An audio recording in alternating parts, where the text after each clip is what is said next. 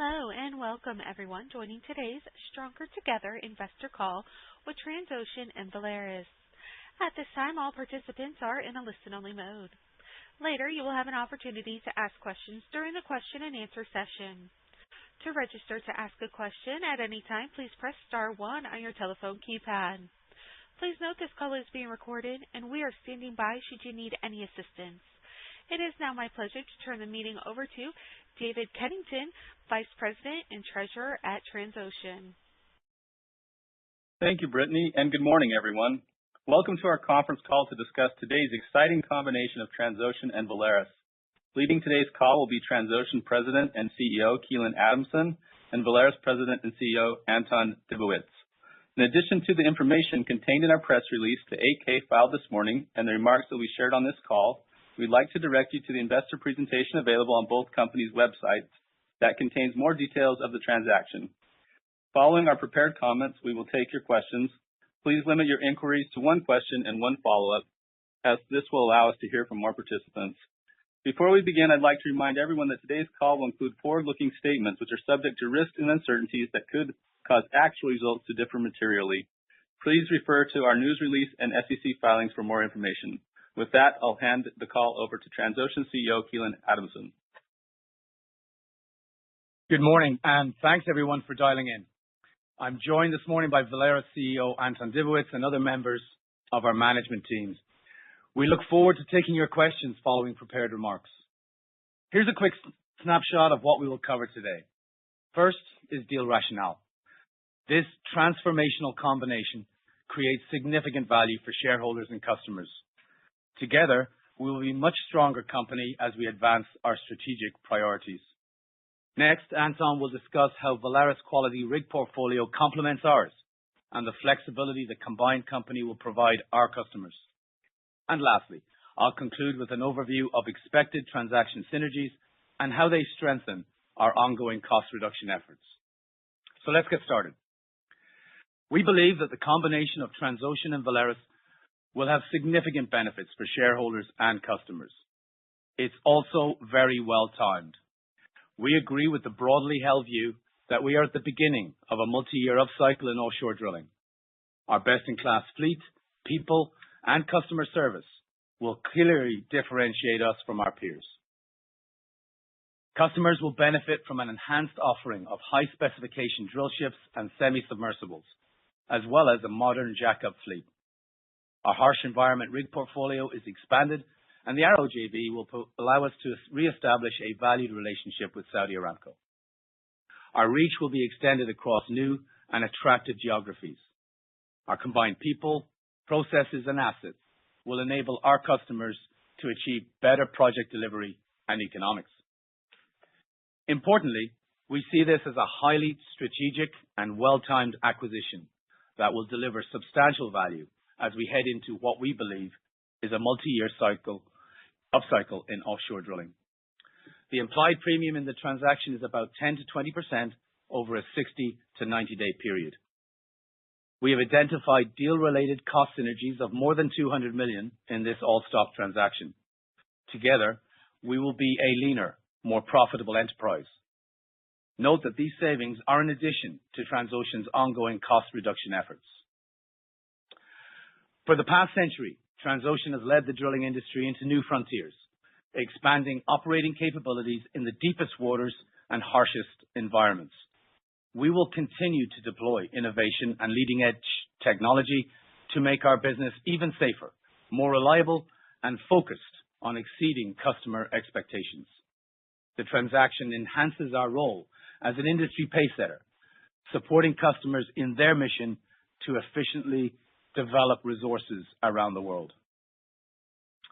I've consistently emphasized our strategic priorities and our commitment to advance these with urgency and agility in all that we do. We believe that today's transaction does just that. It checks all the boxes. It optimizes the value of differentiated assets, generates industry-leading cash flow, and creates a strong, full-cycle capital structure. Transocean is a premier offshore operator. Our uptime performance last year was just shy of 98%, and more importantly, we have had zero operational integrity events or lost time incidents. We pride ourselves on delivering high-performing, disciplined, and predictable service to our customers and look forward to expanding that experience across a broader fleet. As you know, one of our top priorities has been strengthening our financial foundation. We know that our debt level negatively impacts our equity value. This transaction addresses that, and our combined asset portfolio will be capable of generating significant cash to accelerate debt reduction. With a pro forma backlog of more than $10 billion, we have clear visibility on our future cash flow, and we expect that our leverage ratio will drop to about 1.5 times within 24 months of closing. We also expect our liquidity to improve and our cost of capital to decline. This transaction puts us in a great position for the future. Global oil demand is expected to increase, and in the context of declining production, the upstream industry is already moving to develop new fields and increase investment in offshore exploration. Forecasts call for a 150% increase in deepwater project sanctioning by the year-end 2027. Our combined fleet will be clearly differentiated to meet this demand. We will offer the most technologically advanced floater fleet in the business, directed by experienced and proven personnel. For harsh environment work, we maintain 7 highly capable semi-submersibles, and for deepwater, the pro forma company will include 24 7th-gen drill ships and 2 8th-gen drill ships. We will also operate a modern jackup fleet, 31 strong, 11 of which are designed for harsh environments. These assets provide a strategic presence in key shallow water geographies. We are excited to add jackups at this point in the cycle and expect to generate incremental cash flow as a result. This combination aligns with all of Transocean's strategic priorities while creating significant customer benefits and a pathway to a higher equity value for shareholders of both companies. Before I hand it over to Anton, let me thank all the employees that worked hard to get this deal done, but more importantly, for the dedication and commitment behind building 2 great companies. We are excited to welcome the Valaris team, and we will be stronger together on the road ahead. I'll turn it over to Anton to provide some thoughts. Anton? Thanks, Keelan, and good morning all. I share Keelan's excitement for this transaction, which offers customers the most diverse fleet of premier drilling assets in the world. Together, we will have an optimized global footprint, a diversified fleet of high-quality assets, and a strong financial profile to support shareholder value creation. After careful consideration with the assistance of financial and legal advisors, our board determined that this transaction represents the best path for the company and maximizes value for our shareholders.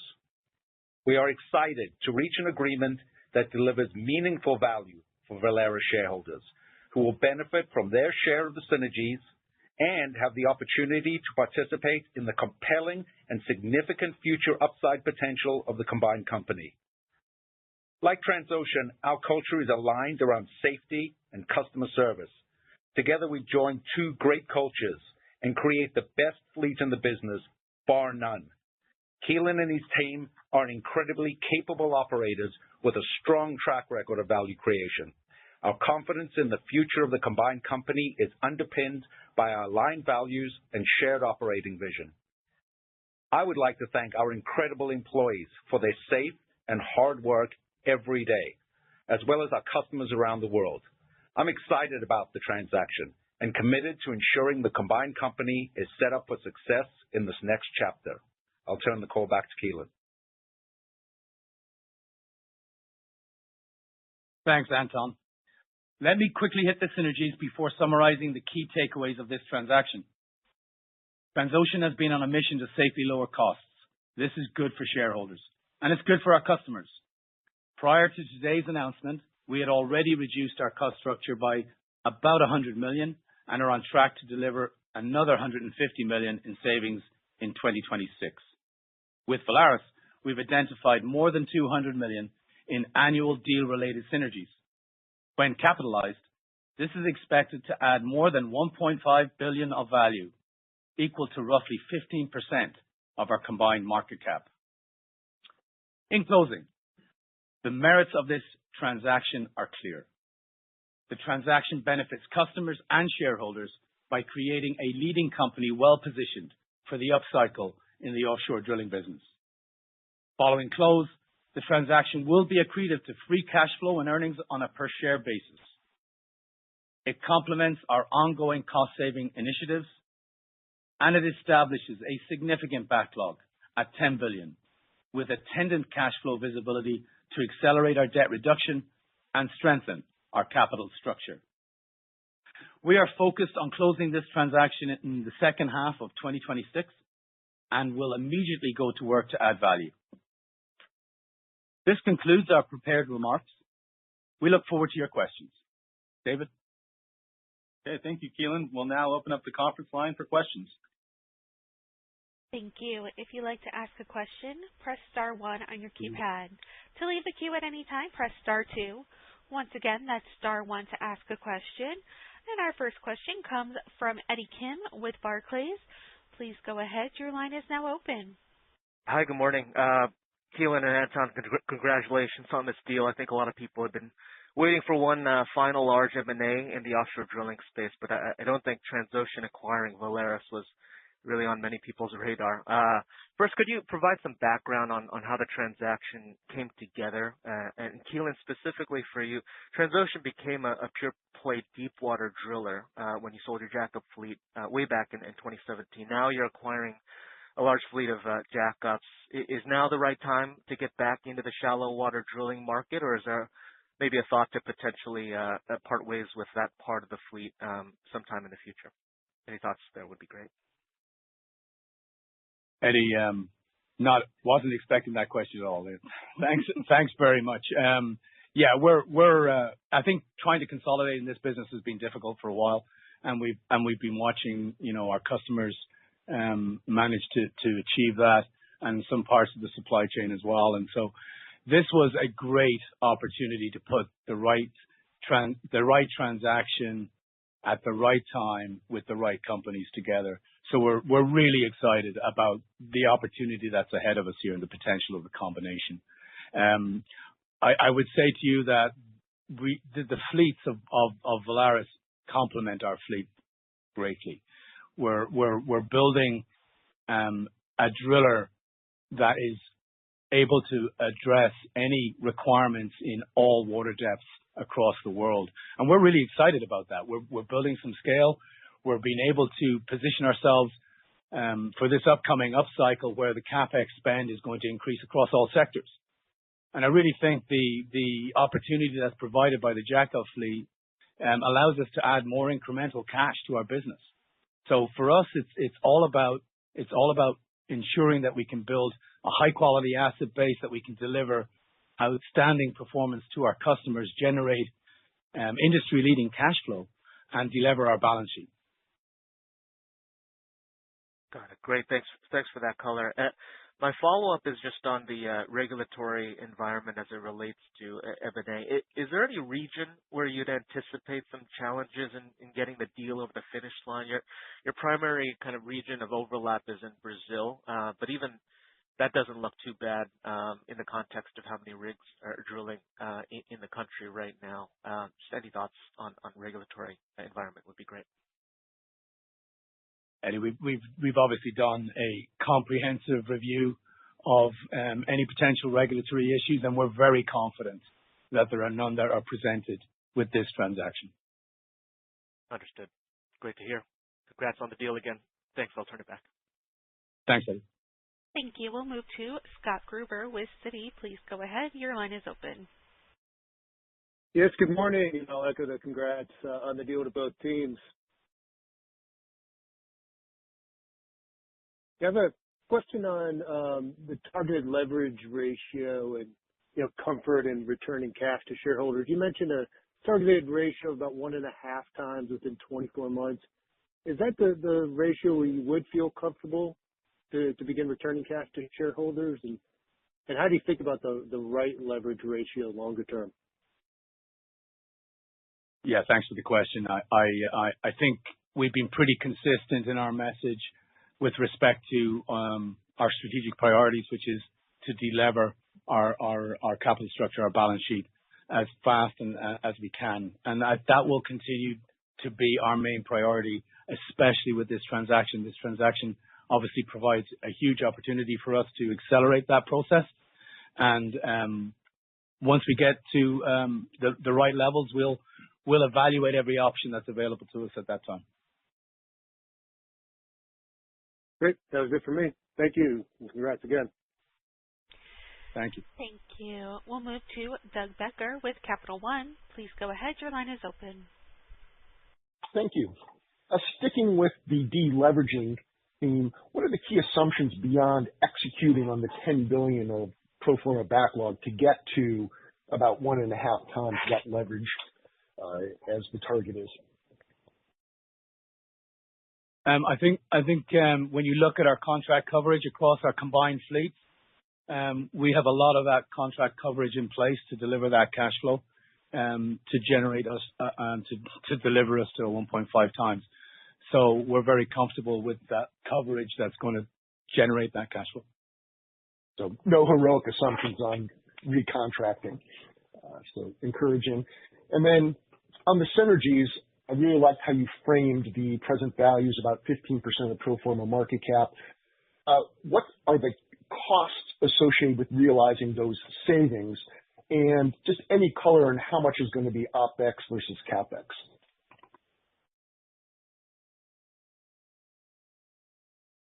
Hey, Doug, this is Thad. I mean, we don't anticipate that it's going to be a significant cost associated with achieving the savings, aside from the usual sort of restructuring element that you'd see. You know, at some point in the not too distant future, as we move down the path, we'll start thinking about that and communicate those sorts of things. We haven't yet provided any specific information on the split. Most of the cost savings will be realized from operational efficiencies, redundancies, things of that nature. And I think that that's sort of sufficient for the level of detail right now. Got it. Thank you, and congratulations. Thank you. Thank you. We'll move to Frederick Steen with Clarkson Securities. Please go ahead. Your line is open. Thank you, Anton and respective teams. Congratulations on the transaction, major one. Also happy to see that my thesis from December 2023 suddenly came to fruition, although a bit later than I had expected. Anyways, I wanted to touch upon fleet rationalization now that you're becoming the undisputed largest player, maybe focusing on the ultra deep water side. I think when you merge, you'll end up having control of all stacked 7G assets, as far as I'm concerned, which leads me to kind of ask, in terms of the rest of your floaters, there'll be a mix of 8 gens, 7 gens, 6 gens, and also some semis in between. Have you identified any assets among your current warm fleet that would potentially be taken out in favor of those stacked 7Gs, or any other type of floater fleet rationalization beyond that? Yeah, thanks, Frederick. I would say, in answer to that question, we've already rationalized as Transocean. We have had gone through a significant process in removing assets that, quite frankly, don't meet the requirements of today's demand and capabilities over the last several years. I think we're over 65 to 69 rigs that we've divested over the last while. So when we look at this, we obviously believe that these assets are going to meet a upcycle demand. And so at this present moment in time, no, we are always continuing to reevaluate our fleet, decide what is the best composition that we need to address the growing demand, and we'll continue to do so.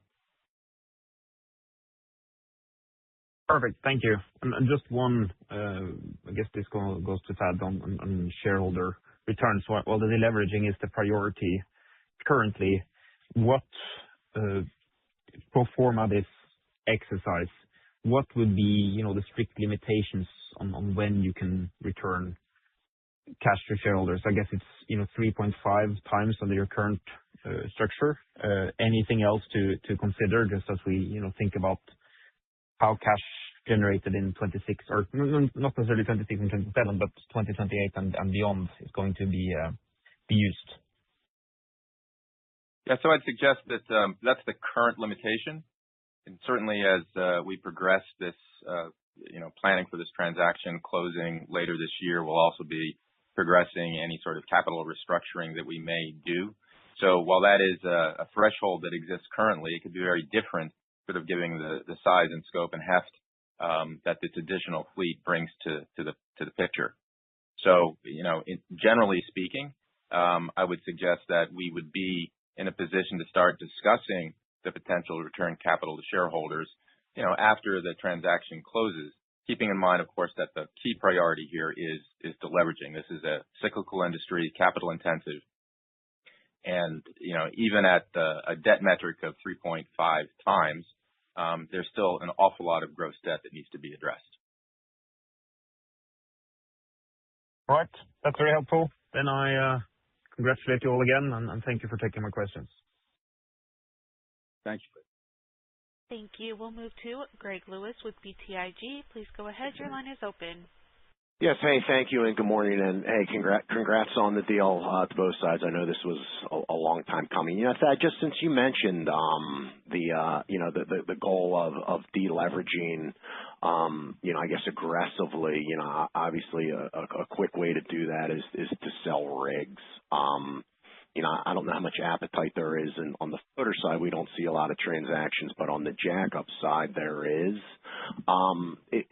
Could we or should we be, and I believe Valaris has been selling off anyway, and I guess maybe Anton, you can talk to this also. Are we in a holding pattern until this transaction closes, or should we? I guess this is more of a question for Anton. Could we see Valaris continue to accelerate its sell off some of its non-core jackups? Look, I think I'm going to take that question, and more. I think I've answered that one before on the call. We believe in this fleet. We are excited about the combination that this company is going to be, the potential of this combination. We appreciate that the capex that's going to be required for upstream as we move forward to meet the demand for oil and gas hydrocarbons is going to cover all those spaces, and this combination is all about being able to be positioned for that opportunity. So we will continue to operate the jackups and are excited to do so. Okay, great. And then, I guess Anton, I know that Valaris was looking at selling or buying, as is that all the companies over the last couple of years. I guess what I would just say is, at this point in the cycle, what just gives you the comfort in taking rig stock? What are you seeing, and what is kind of your expectations over the next kind of 1 to 2 years, and how you see the market progressing that made you willing to take stock as opposed to stock and cash at this point? Look, I think I'll largely reiterate what Keelan just said. Part of the strength of this combination is our ability to complement what are 2 high-specification floater fleets with world-class jackup expertise that we bring to the combination. Jackups are a strong cash flow contributing segment in our business, and it will be a strong cash flow generating part of the combined entity. And part of, Keelan, when he opened the remarks at the beginning, said stronger together. And I think that epitomizes what we're trying to achieve here and will achieve with this combined company. When you put these world-class fleets together, these world-class cultures together, and generate significant synergies as a result of the transaction. Super helpful. Thank you very much, and congrats on the transaction. Thank you. We'll move to Keith Beckman with Pickering Energy Partners. Please go ahead. Your line is open. Hey, thanks for taking my question. And I just had kind of a follow-up, maybe a little bit around the fleet rationalization. I know the DPS one and the MS one, I believe, rolled off late this past year, and I believe you're sitting in warm stack now. Do you have sort of an outlook around those rigs, or does it potentially make more sense to maybe scrap one of those or try to sell them? Any color around that? Thank you. I think I will pass that one to Anton since it's the rigs are part of his fleet. DPS1 and MS1 have had a great track record in Australia. Yes, part of financial discipline is managing costs on rigs if they don't have near-term future contracts. But we continue to market those rigs worldwide, and we'll just have to see how that plays out. Very helpful. Thanks for taking my question. Once again, if you would like to ask a question, please press star and 1 on your telephone keypad. We will pause for a moment to allow additional questions to queue.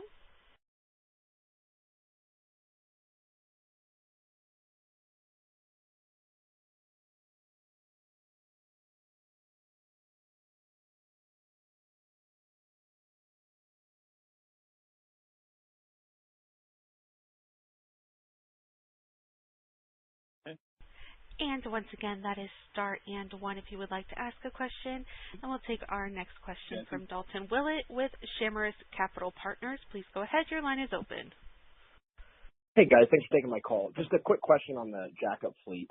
Do you guys see that as something you will plan to operate over the long term, or is there a chance to accelerate some of the deleveraging by maybe looking to divest of those assets longer term or the medium term? Thank you. Yeah, I think it's in line with some other questions we've had. We fully intend to continue operating the jackup fleet. It generates good, strong cash flow, and the opportunities for that part of the fleet in the backdrop of a growing demand and an increasing capex that's going to the upstream looks like a very favorable opportunity. Thank you. Thank you. We have no further questions in the queue. I'll turn the program back over to our presenters for closing remarks.